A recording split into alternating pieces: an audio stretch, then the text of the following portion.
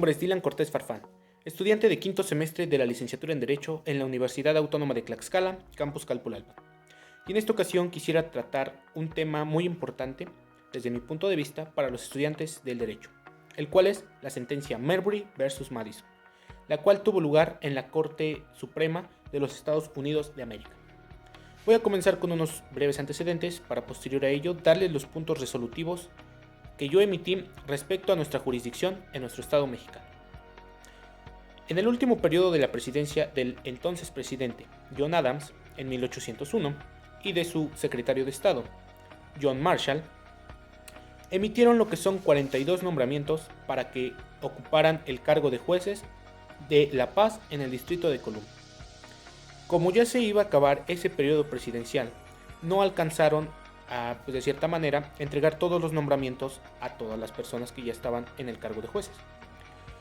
De cierta manera se acaba su presidencia y entra el nuevo presidente, el cual sería Thomas Jefferson, quien designa a su nuevo secretario de Estado, James Madison. Llegando a la jornada laboral, ya entrando en vigor su presidencia, Madison se percata de que hay varios nombramientos que aún no han sido entregados a las personas que ya ocupan el cargo de jueces. Este por su parte no le toma tanta importancia y se niega a sellar esos nombramientos, sabiendo que ya habían sido firmados y ya estaban ratificados por el Estado, pues sin importancia, sin saber qué es lo que pasaría después. Incluso llegó a eliminar algunas de las plazas que el anterior presidente, junto con su secretario de Estado, ya tenía.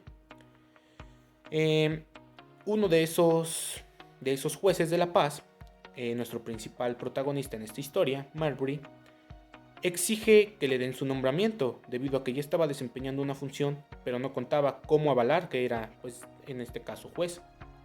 Cabe mencionar que todos los nombramientos ya habían sido sellados, firmados y ratificados por el Estado. Entonces, Marbury, al enterarse de que no le habían dado su nombramiento, decide contratar a un abogado, ir a los tribunales superiores de justicia, para que le notificaran al secretario de Estado, Madison, que les dijera las causas por las cuales no le habían sido entregado su nombramiento a Marbury. Tiempo después entran en controversias y Marbury se va directamente a lo que es la Corte Suprema de Justicia en el estado estadounidense, que es equivalente a nuestra Suprema Corte de Justicia de la Nación aquí en el estado mexicano. Él va directamente allá, interpone su demanda y la Suprema Corte le dice lo siguiente: da 3 cuestionamientos principalmente para que se pueda desempeñar ese juicio. El primero es, la primera interrogante es si Marbury contaba con el derecho de exigir dicho nombramiento que estaba pidiendo. Se investigó y pues obviamente la respuesta fue que sí. Marbury ya estaba como juez, pero no contaba con su nombramiento como tal. Entonces sí se cumplía la primera característica y sí se podía reclamar. La segunda interrogante que planteó la Corte fue si alguna ley en su estado, en su nación, la protegía y de cierta manera podía resarcir el daño. La respuesta fue que sí. Sí existía dentro de su Constitución de los Estados Unidos artículos que lo defendían y que lo podían avalar para que se le entregara su nombramiento. Pero en la tercera pregunta, y desde mi punto de vista la más importante de todas, fue que si esa corte era competente para conocer el asunto de Marbury. Y bueno, como sabemos, la respuesta fue que no. Pasemos a nuestro estado mexicano. Sabemos que la Suprema Corte de Justicia de la Nación va a conocer básicamente de todas las controversias constitucionales o actos de inconstitucionalidad por acciones u omisiones de cierta manera de servidores públicos, pero únicamente en caso o en materia de apelación. ¿Qué quiere decir esto? Que esta es nuestra tercera instancia a la cual debemos acudir si no hemos resuelto nuestra controversia. De cierta manera, Marbury se brincó lo que es la primera, segunda instancia y se fue directamente a interponer lo que conocemos comúnmente aquí como un amparo, lo cual la Corte pues obviamente no es competente para conocer de dichos casos, por lo cual yo llegué a mis siguientes puntos resolutivos. En primer lugar, me fui a la ley orgánica de nuestro Poder Judicial de la Federación y pude percatarme que va a conocer sí de controversias constitucionales, sí de actos de inconstitucionalidad, pero si nos damos cuenta, la Suprema Corte de los Estados Unidos jamás llegó a un acto de inconstitucionalidad. ¿Por qué? Porque no se estaba negando a apoyarlo. Lo iba a apoyar, sin en cambio no era competente para conocer de dicho asunto. Por tanto, en mi primer punto resolutivo puse lo siguiente: esta Corte no es competente para conocer del asunto de Marbury.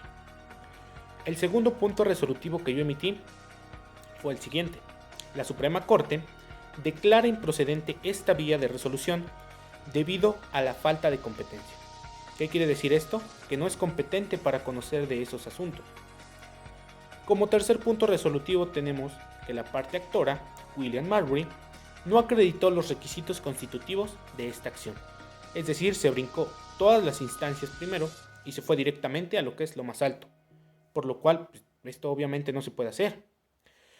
El siguiente punto resolutivo que emití, que fue el número 4, nos dice más o menos lo siguiente: esta sentencia, pues básicamente se va a desechar por improcedencia. ¿Por qué? Porque se brincó las instancias anteriores al proceso para que la Corte pudiera conocer de su asunto. ¿Qué quiero decir con esto? Que si Marbury desde un instante hubiera dirigido a la primera instancia con un juez de primera instancia, le hubiera dicho las causas que él estaba solicitando, que no le habían entregado su nombramiento, posiblemente el juez de primera instancia habría resuelto este problema.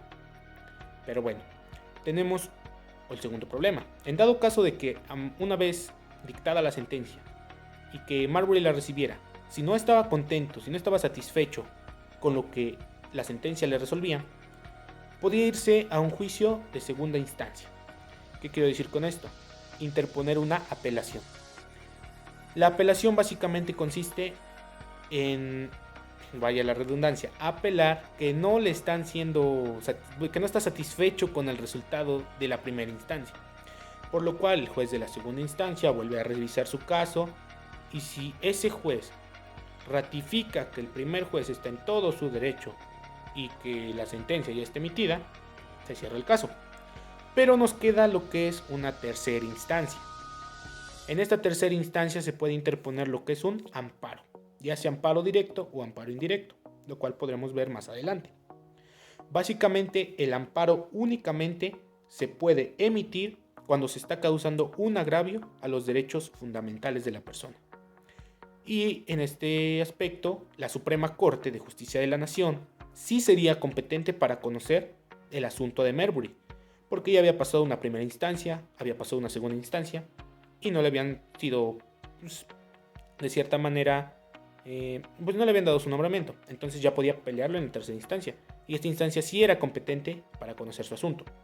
Pero como Marbury se pasó por alto las instancias anteriores, llegamos a la conclusión de que esta sentencia se descarta por improcedencia. Algo que resulta también de mucha importancia en este caso, y que quiero compartir con ustedes, es el término supremacía constitucional.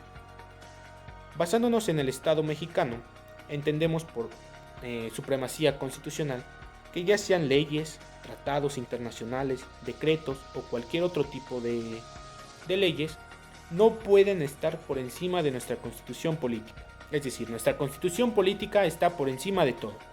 Y cualquier tratado, ley o decreto que se contravenga o que vulnere la Constitución se desecha en automático. ¿Qué pasó con Marbury? Marbury, en su estado había una ley que protegía sus derechos que estaban siendo violentados.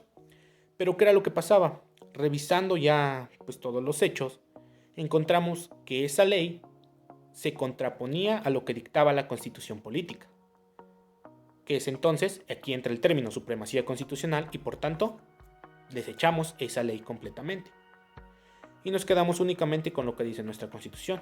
Reitero, la supremacía constitucional la encontramos en nuestro artículo 133 de nuestra Constitución Política de los Estados Unidos Mexicanos, para sustentar mejor lo que estamos diciendo.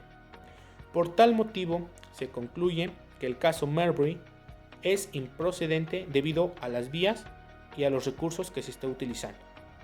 Espero que este tema haya sido de su interés, y si pues tienen alguna duda de cierta manera, puedan dejármela, yo la consulto y con mucho gusto pues reitero una respuesta. En este aspecto, si no conozco la respuesta, también cuento con docentes especializados en la materia, los cuales puedo preguntar y contestar a su dicha interrogante. Muchas gracias.